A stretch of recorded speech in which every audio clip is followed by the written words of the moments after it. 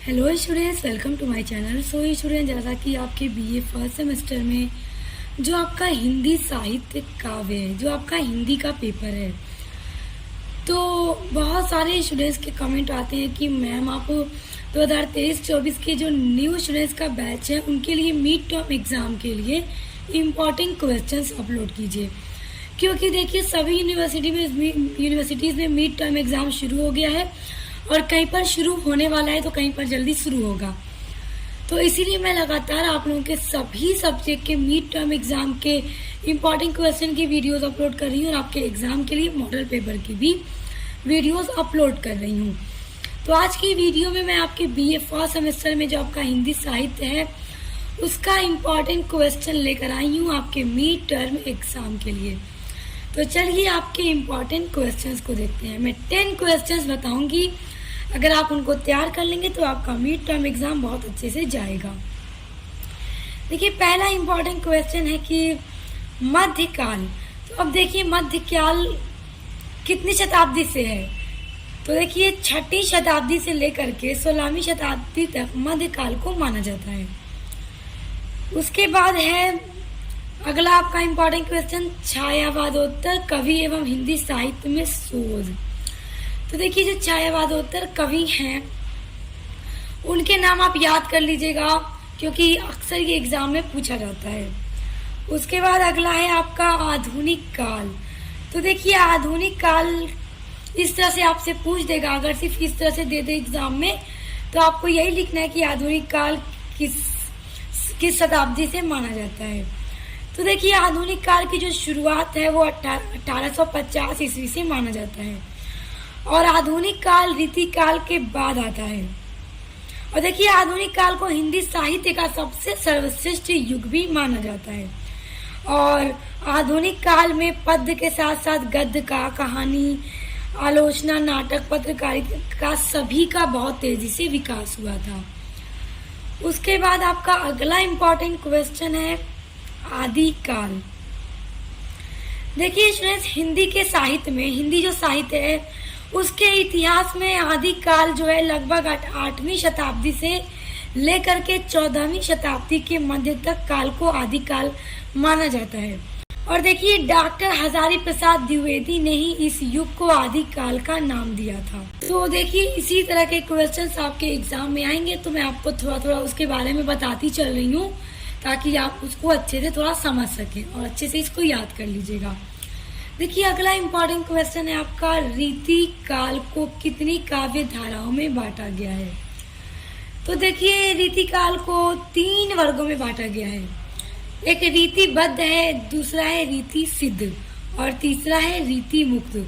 तो याद रखिएगा कौन कौन सा, पहला रीतिबद्ध, दूसरा रीति सिद्ध और तीसरा रीति मुक्त। उसके बाद देखिए अगला है आपका क्वेश्चन नंबर 6 है, निगुण और सगुण काव्य धारा में अंतर स्पष्ट करते हुए उनके कवियों के नाम बताइए। देखिए निर्गुण और सगुण भक्ति में क्या अंतर है। तो देखिए ध्यान दीजिएगा, यहाँ पर आपको निर्गुण और सगुण इन दोनों में अंतर पूछ रहा है। तो निगुण जो होता है, निगुण भक्ति, इसमें ईश्वर के निगुण रूप की आराधना की जाती है। क्या की जाती है? ईश्वर के निर्गुण रूप की आराधना निगुण भक्ति में की जाती है। और सगुण भक्ति में ईश्वर के सगुण रूप की उपासना की जाती है। सगुण भक्ति में ईश्वर के सगुण रूप की उपासना की जाती है और निगुण भक्ति में ईश्वर के निगुण गुण की आराधना की जाती है। देखिए अगला आपका क्वेश्चन है, भारतेंदु मंडल के किन्हीं 4 कवियों के नाम बताइए। तो देखिए भारतेंदु मंडल के जो 4 कवि हैं उसमें स्वयं भारतेंदु हरिश्चंद्र हैं।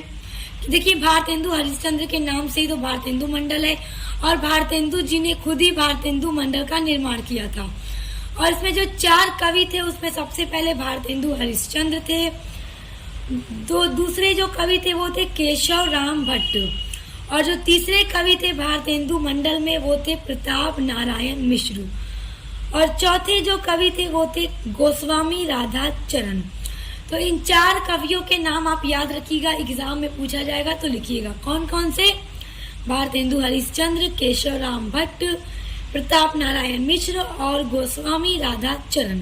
ये 4 कवि भारतीय हिंदू मंडल के प्रमुख कवि हैं। देखिए अगला आपका क्वेश्चन है कि 1943 ईस्वी में प्रकाशित तार सप्तक में आज्ञा ने किन 7 कवियों को सम्मिलित किया था।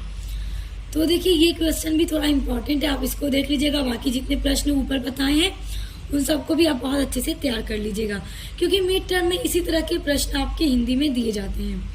फिर अगला है शोध या अनुसंधान से आप क्या समझते हैं। देखिए शोध क्या है और अनुसंधान क्या है, इनको क्या कहते हैं, बस आप इतना ही याद कर लीजिएगा कि ये होता क्या है ये दोनों।